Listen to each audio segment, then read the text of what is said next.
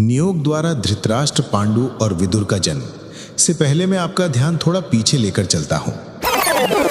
अचानक पूरा हस्तिनापुर शोक में डूब जाता है जब विचित्रवीर्या की मृत्यु की खबर जब फैलती है।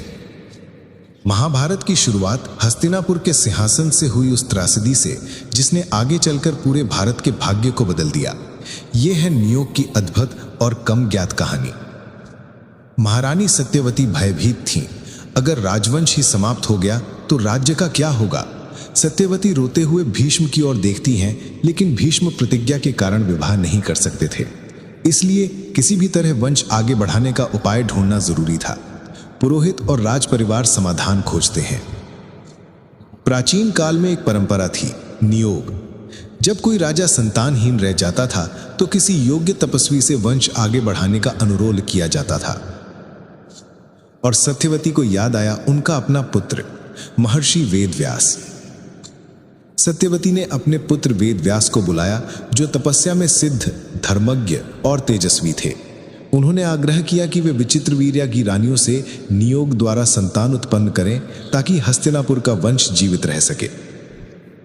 ने पहले बड़ी बहू अंबिका को वेदव्यास के पास भेजी।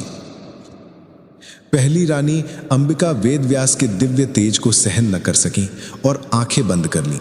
वेदव्यास बोले, तुम्हारे गर्भ से जन्मा पुत्र शक्तिशाली होगा, लेकिन अंधा होगा। और इसी तरह जन्म हुआ धृतराष्ट्र का। फिर सत्यवती ने दूसरी बहू अंबालिका को वेदव्यास के पास भेजी।